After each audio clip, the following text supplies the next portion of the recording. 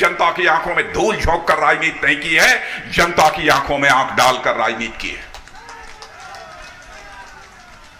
हमारी विश्वसनीयता पर कौन प्रश्न चिन्ह लगा सकता है? भारत ही नहीं, दुनिया के लोग यह मानते हैं कि भारतीय जनता पार्टी बहुत ही विश्वसनीय पार्टी है, जिसे अंग्रेजी में क्रेडिबल पॉलिटिकल पार्टी कहते हैं।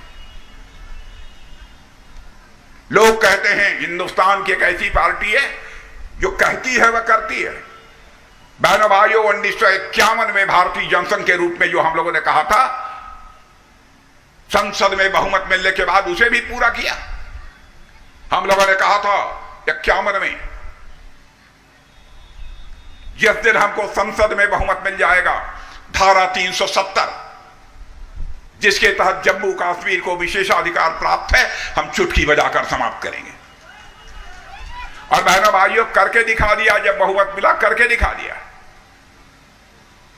1984 से हम कहते चले आ रहे हैं, हमारी सरकार बनाइए, अयोध्या की धरती पर राम मंदिर बनकर रहेगा। बहनों भाइयों, मुझे याद है 1984 में हम लोग नौजवान थे और उस समय बराबर हम नारे लगाते थे कि राम लला हम आएंगे, मंदिर यहीं बनाएंगे। तो कांग्रेस के लोग कहते थे हाँ हाँ राम लला आएंगे, मंदिर यहीं बनाएंगे, लेकिन तारीख नहीं बताएंगे। आपने देखा कि वह 22 जनवरी आ गई बहनों भाइयों, कि हमारे प्रधानमंत्री ने धर्माचार्यों के मार्गदर्शन में रामलला की प्राण प्रतिष्ठा कर दी है।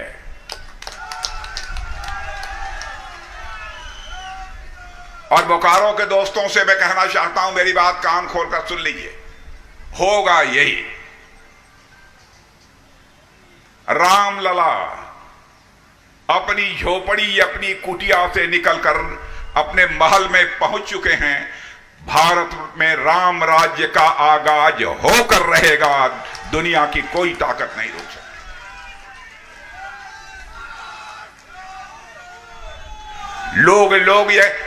लोग ये कहते हैं कि साहब राम राज्य कैसे आ जाएगा। मैंने कहा, जिस दिन लोगों को अपनी जिम्मेदारी का एहसास हो जाएगा, दायित्व बोध जिसे बोलते हैं, जिम्मेदारी का एहसास भारतवासियों को अधिक से अधिक संख्या में होने लगेगा। अधिकार बोध नहीं, हमारा यह अधिकार है, यह हमको मिलना ही चाहिए, यह नहीं, बल्कि दायित्व बोध, कर्तव्य बोध, हमारा फर्ज क्या बनता है। जिस दिन यह भाव पैदा हो जाएगा, और मैं देख रहा हूं कि हिंदुस्तान के जवानों के अंदर वह भाव पैदा होता जा रहा है, उस दिन राम राज्य आकर रहेगा, दुनिया की कोई ताकत नहीं रोक सकती। भारत की ताकत देखो मेरे बहनों भाइयों, योग हमारे ऋषि मनीषी यहां करते थे। कुछ लोग अपने घरों में भी आज के 25, 30, 40 साल पहले भी योगा करते थे। योग, किसी ने सोचा था भारत में जिस योग का जन्म हुआ है उसको सारी दुनिया मान जाएगी और सारी दुनिया में योगा होने लगेगा। हमारे प्रधानमंत्री ने संयुक्त राष्ट्र संघ में यह प्रस्ताव रखा कि योग जो भारतीय ऋषियों और मनीषियों की देन है, इसको अंतर्राष्ट्रीय मान्यता प्राप्त होनी चाहिए। और उन्होंने कहा कि अंतर्राष्ट्रीय योगा दिवस मनाया जाना चाहिए और दुनिया के हर देशों को मनाना चाहिए। उस योग की बात की जिस योग को हमारे ऋषियों और मनीषियों ने देने का काम किया। और बहनों भाइयों, आपको जानकर खुशी होगी, दुनिया के 172 देशों ने इसका ताली बजाकर स्वागत किया, और आज हमारा आपका योग सारी दुनिया में किया जा रहा है। यह भारत की ताकत है। भारत लगातार पहले की अपेक्षा धनवान होता जा रहा है। मैं याद दिलाना चाहता हूं, पंडित जवाहरलाल नेहरू भी थे, वह भी कहते थे मैं गरीबी दूर करूंगा, हमारी सरकार बन जाएगी। श्रीमती इंदिरा गांधी भी कहती थी हमारी सरकार बनाओ, हम गरीबी दूर करेंगे। राजीव गांधी जी भी यही कहते थे, डॉक्टर मनमोहन सिंह जी यही करते थे। कोई आंकड़े उठाकर देख ले कितनी गरीबी इन लोगों ने समाप्त की है। बहनों भाइयों, मैं किसी प्रधानमंत्री की आलोचना नहीं करता हूं, चाहे वह किसी पार्टी का क्यों न हो, क्योंकि मैं मानता हूं जो प्रधानमंत्री बन गया वो व्यक्ति नहीं है बल्कि संस्था होता है। सभी को सम्मान करना चाहिए, लेकिन हकीकत आपके सामने मैं पेश कर रहा हूं। गरीबी हटाने की बात करते रहे, कुछ नहीं कर पाए। लेकिन हमारे प्रधानमंत्री ने 9 साल के अंदर ही, यह हमारा आंकड़ा नहीं है, नीति आयोग का आंकड़ा है, अंतरराष्ट्रीय जो आर्थिक संस्थाएं हैं उनका आंकड़ा है, वह कहती है भारत ने तो करिश्मा किया है। 25 करोड़ लोगों को गरीबी रेखा से बाहर करने में उन्होंने कामयाबी हासिल की। क्या कभी आपने कल्पना किया था कोरोना का संकट पैदा होगा? जहां जहां लोग काम करते थे दुनिया में, अपने घरों को वापस हो रहे थे। यह हुआ कि काम, फैक्ट्रियां चलेंगी नहीं, उद्योग चलेंगे नहीं, कैसे काम करेंगे, कैसे अपने परिवार का पेट भरेंगे? उस समय हमारे प्रधानमंत्री ने यह कहा था, मेरे बहनों भाइयों, हर परिवार को 5-5 किलो का राशन मुफ्त मुहैया कराया जाएगा, जो आज तक भारत के इतिहास में कभी नहीं हुआ। अब आप लोग पता नहीं ईमानदारी के साथ हमको बतलाएंगे कि नहीं बतलाएंगे, लेकिन यह सच है।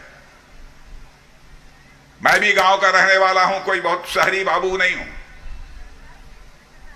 गांव में एक परिवार में 4-5 लोग हैं तो 4 लोग 5 लोग सब 5-5 किलो मुफ्त राशन लेते हैं। यह सच्चाई है तो या ताली बजाइए तो मैं मान लूं, न सच्चाई हो तो मत बजाइए। और मेरे बहनों भाइयों, केवल खाते ही नहीं है, बच जाता है तो उसे बाजार में लेके बेच भी देते हैं। आप समझते होंगे नेताजी लोग हैं, इन लोगों को क्या मालूम। लेकिन आप अपनी आवश्यकताओं को पूरा करने के लिए आप यह काम करते हैं, इसलिए आपके ऊपर कोई आरोप नहीं लगा सकता, आपको कोई दोषी नहीं ठहरा सकता।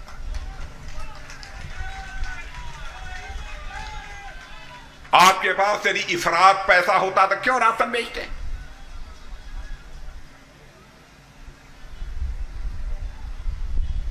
बहनों भाइयों, कमाल किया है इस सरकार ने।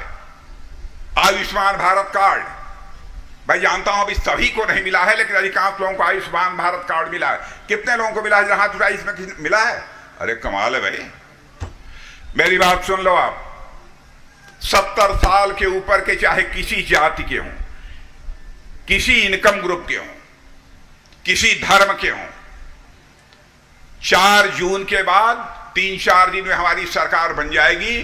15 जून के बाद 70 साल के उम्र के आप पिताजी होंगे, बाबा होंगे, आजा होंगे, आजी होंगी, दादा होंगे, दादी होंगे, चाहे किसी जाति के होंगे, चाहे कोई भी आमदनी होगी, सबका 5 लाख रुपए का मुफ्त इलाज किया जाएगा मेरे बहन।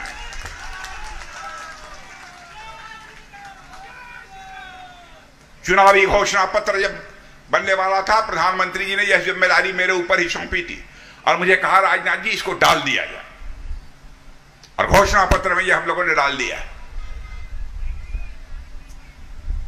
हम जो कहते हैं वो करते हैं। विश्वास का संकट, विश्वसनीयता का संकट हम लोग किसी भी सूरत में पैदा नहीं होने देंगे मेरे बहनों भाइयों। अब भारत अब कोई कमजोर भारत नहीं रहा है, जो चाहे वह भारत को आंख दिखाकर निकल जाए। भारत में बहनों भाइयों अब ताकतवर भारत बन चुका है, और मैं बतलाना चाहता हूं भारत के अंदर वह ताकत है कि भारत किसी को छेड़ता नहीं है, लेकिन जो भारत को छेड़ेगा भारत उसे छोड़ेगा भी नहीं। आज यह भारत के पास ताकत है।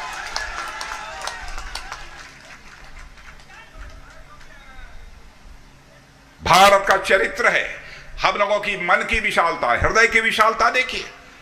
आज तक दुनिया के किसी देश पर हम लोगों ने कभी ना तो कोई आक्रमण किया है, और ना तो दुनिया के किसी देश के 1 इंच जमीन पर हम लोगों ने कभी कब्जा किया है। यह भारत का चरित्र है। लेकिन अब भारत को कोई आंख दिखाएगा तो फिर उसका खामियाजा भुगतने के लिए उसे तैयार रहना चाहिए।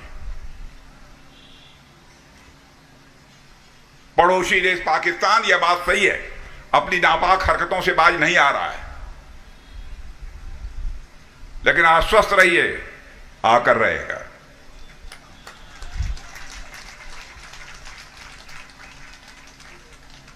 उनको भी अपना रवैया बदलना पड़ेगा।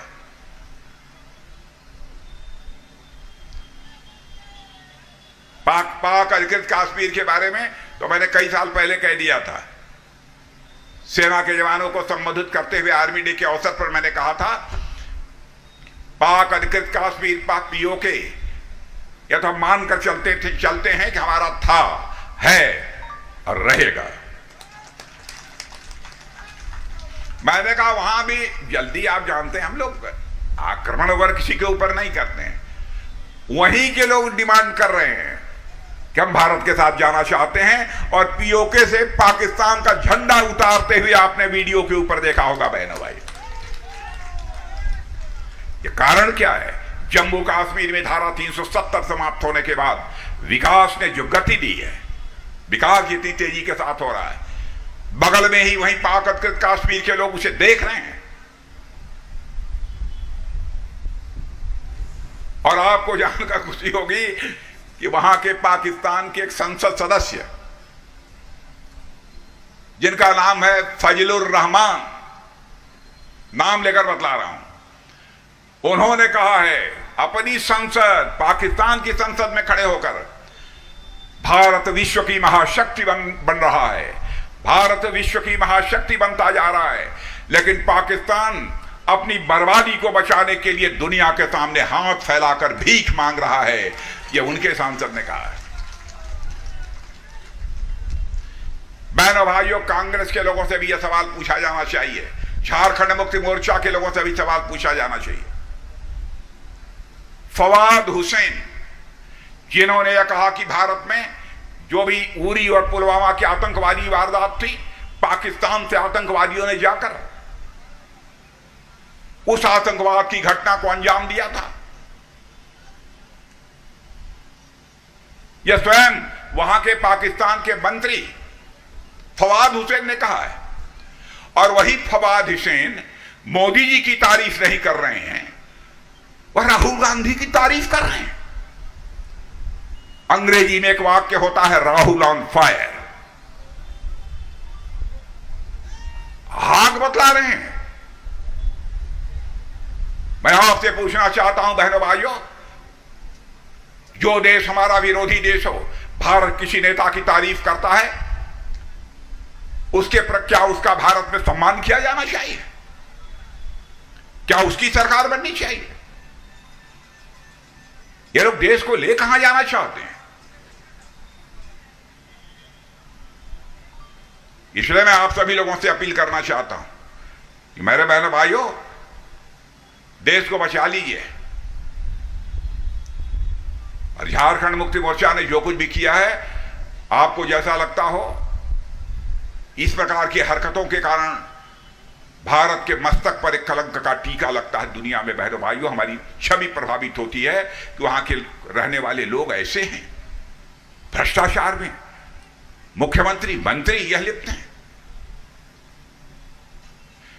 अटल बिहारी वाजपेयी जी की सरकार आप लोगों ने देखी होगी, 6 वर्षों तक कोई मां का लाल बतला दे के एक भी मंत्री के ऊपर कोई भ्रष्टाचार का आरोप लगाओ। मोदी जी की सरकार 10 वर्षों से चल रही है, भारत नहीं दुनिया का कोई व्यक्ति उंगली उठाकर नहीं कह सकता किसी मंत्री के ऊपर कोई भ्रष्टाचार का आरोप लगाओ। क्या कारण है कि आप ही के शासनकाल में सब कुछ होता है? मैं अपने कांग्रेस झारखंड मुक्ति मोर्चे के दोस्तों को कहना चाहता हूं, राजनीति केवल सरकार बनाने के लिए नहीं की जानी चाहिए, राजनीति की जानी चाहिए तो देश बनाने के लिए राजनीति की जानी चाहिए, समाज बनाने के लिए राजनीति की जानी चाहिए। ये लोग अपना परिवार बनाते हैं, उससे परिवार नहीं बनता, परिवार टूट जाता है। और देखा आपने, सीता सोरेन आकर अंततोगत्वा भारतीय जनता पार्टी के साथ खड़ी हो गई। आज वो हमारे प्रत्याशी के रूप में चुनाव के मैदान में है। इसलिए कहने आया हूं बहनों भाइयों, भारत को हम धनवान भारत बनाना चाहते हैं, भारत को हम सशक्त भारत बनाना चाहते हैं, भारत को विश्व की महाशक्ति हम बनाना चाहते हैं। विश्व की महाशक्ति बनाना चाहते हैं तो दुनिया के किसी देश पर आक्रमण करने के लिए नहीं, पर पूरे विश्व के कल्याण के लिए भारत को हम विश्व की महाशक्ति बनाना चाहते हैं। यह है हमारी सोच। डुल्लू महतो 2 बार विधायक रहे ना, बताइए, हैट्रिक लगा चुके हैं विधायकी में भी। जब हमारे डुल्लू महतो बोल रहे थे तभी मैं समझ गया कि ये बड़े मजे खिलाड़ी हैं। अरे भाई, इतने दिनों से राजनीति करते हैं, हम तो चाल से बतला देंगे, लोग बोलने के बाद तो पूरा का पूरा बतला देंगे, कुंडली खोल देंगे। बहन भाई, बस देखिए, यदि किसी की नाराजगी भी हो डुल्लू महतो से, यह प्रश्न केवल डुल्लू महतो का नहीं है। मैंने कहा ना, हम और आप केवल सरकार बनाना उद्देश्य नहीं है, देश बनाना। कौन बना रहा है? मोदी जी बना रहे हैं। और बहनों भाइयों, कहीं किसी को भी कोई इधर उधर की कोई गलतफहमी उसको दूर करिए। डॉक्टर डुल्लू महतो को भारी मतों से विजय दिलाकर, भारी मतों से भी।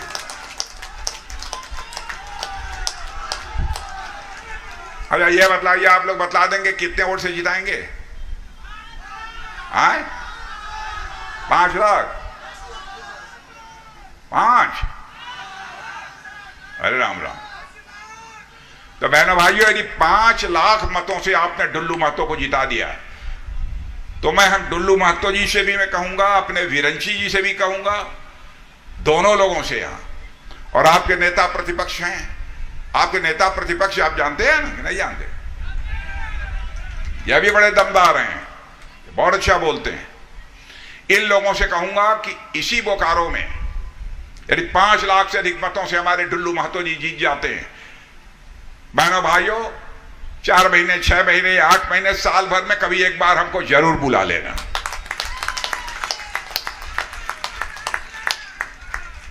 और दोबारा यदि डुल्लू महतो के जीतने के बाद आना चाहूंगा, तो फूलों की हार पहनकर अपना स्वागत कराने के लिए नहीं आना चाहूंगा, बल्कि एक बार शीश झुकाकर इस संसदीय निर्वाचन क्षेत्र की जनता के प्रति आभार व्यक्त करने के लिए मैं आना चाहूंगा। इन्हीं शब्दों के साथ आप सबको बहुत बहुत धन्यवाद।